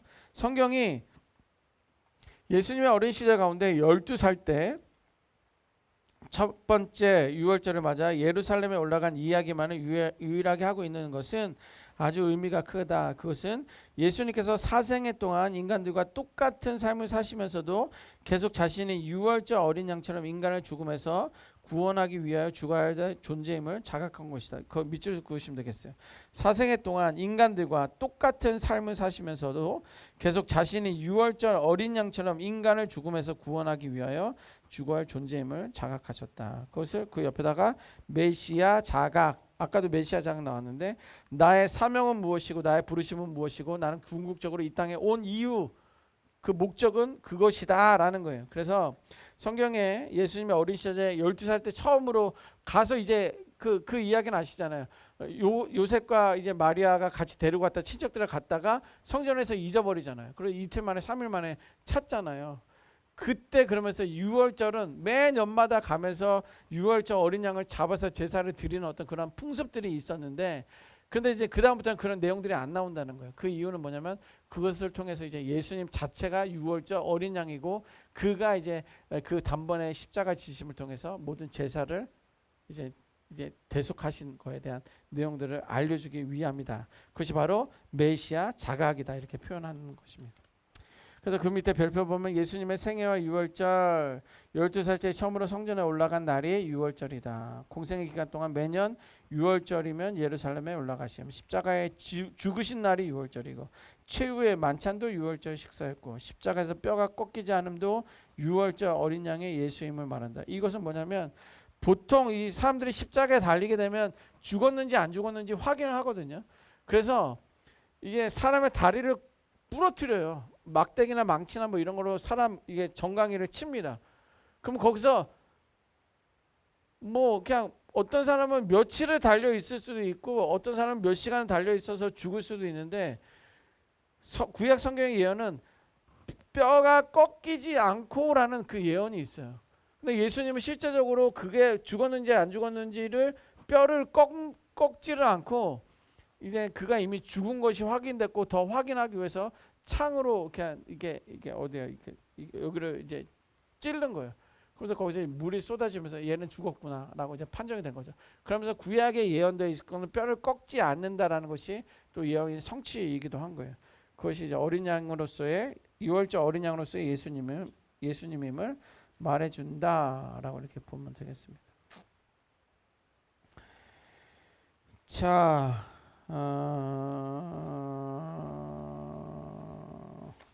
그렇게 하면 되겠습니다. 104페이지. 그럼 뭐 밑줄 한번 그어볼까요? 동정녀 탄생은 뭐예요?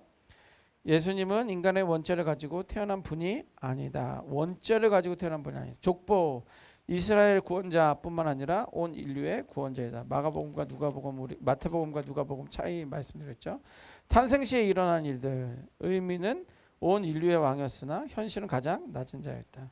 첫 번째 유월절 어린 양으로서의 자신을 자각하시다. 이것이 메시아 자각이다라고 말씀드렸죠.